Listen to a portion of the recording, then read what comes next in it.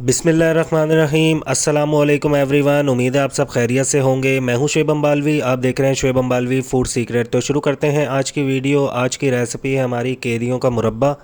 बहुत ही आसान रेसिपी है और बहुत ही मज़ेदार बनती है।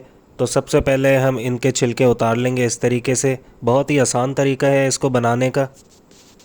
वीडियो आपने एंड तक देखनी है और जो मेरे चैनल पे न्यू है वो चैनल को ज़रूर सब्सक्राइब कर लें। तो इसके सबसे पहले हम छिलके उतार लेंगे, देन इसके बाद इसको हम कट करेंगे। बच्चे हों या बड़े सभी इसको शौक़ से खाते हैं। आप इसको रोटी के साथ खाएं या वैसी खाएं, बहुत ही मज़ेदार लगता है ये। तो इसके छिलके उतार लिए थे, अब इसको हम कट कर लेंगे इस तरीके से। कट करने के बाद इसके हम छोटे छोटे पीसेस कर लेंगे। आपकी मर्ज़ी है, आप जैसे इसके पीसेस करना चाहते हैं तो इस तरीके से इसके पीसेस कर लेंगे। तो जैसे ही इनकी कटिंग हो जाएगी, इनको हम पानी में ऐड कर देंगे। पानी हमने गर्म होने के लिए रख दिया है। जैसे ही पानी गर्म हो जाएगा, देन इसके बाद हम इसको पानी के अंदर ऐड कर देंगे।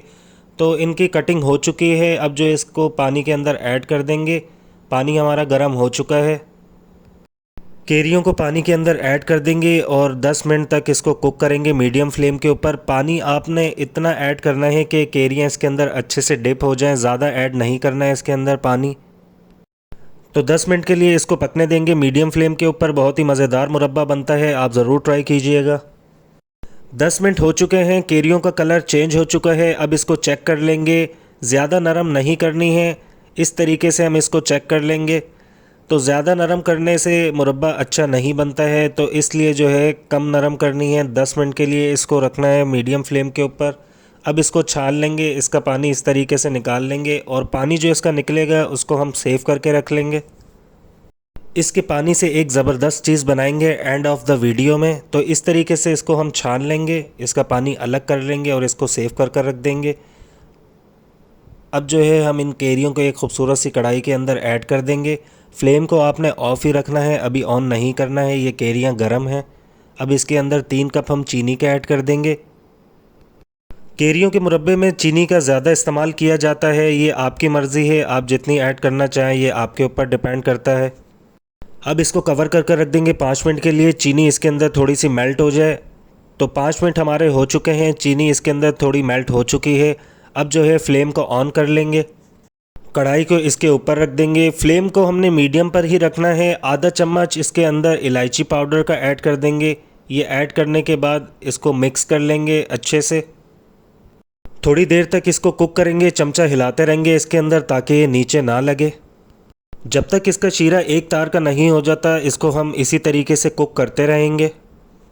इलायची पाउडर ऐड करने से इसकी खुशबू और इस रेसिपी का टेस्ट और भी अच्छा हो जाता है, तो इलायची पाउडर आप ज़रूर ऐड कीजिएगा।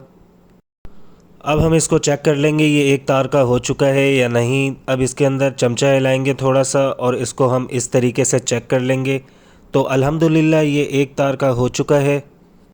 तो ये तरीका होता है इसको चेक करने का, ये एक तार का हो चुका है। फ्लेम को अब ऑफ़ कर देंगे। बहुत ही आसान तरीका है और बहुत ही मज़ेदार मुरब्बा बनता है। अब इसको ठंडा होने के लिए रख देंगे और अब चलते हैं दूसरे स्टेप की तरफ। केरियों का पानी जो हमने सेव करके रखा हुआ था, अब इसका हम जूस बना लेंगे। आधा कप चीनी का ऐड करेंगे और आधा चम्मच काला नमक का ऐड करेंगे। ये ऐड करने से इस जूस का टेस्ट और भी अच्छा हो जाता है। और इसको ठंडा करने के लिए थोड़ी सी इसके अंदर हम बर्फ़ ऐड कर देंगे। बर्फ़ ऐड करने के बाद इसको अच्छे से मिक्स कर लेंगे। इसको हम फिर गिलास में निकालेंगे, दैन इसके बाद इसको हम सर्व करेंगे। तो ये थी केरियों के मुरब्बे की रेसिपी और साथ में जूस की रेसिपी। वीडियो अच्छी लगी हो तो लाइक शेयर कमेंट ज़रूर कीजिएगा और कमेंट्स में ज़रूर बताइएगा आपको ये रेसिपी कैसी लगी है। मिलते हैं अगली नई वीडियो में। अपना ख्याल रखिएगा, दुआओं में याद रखिएगा। अल्लाह हाफिज़।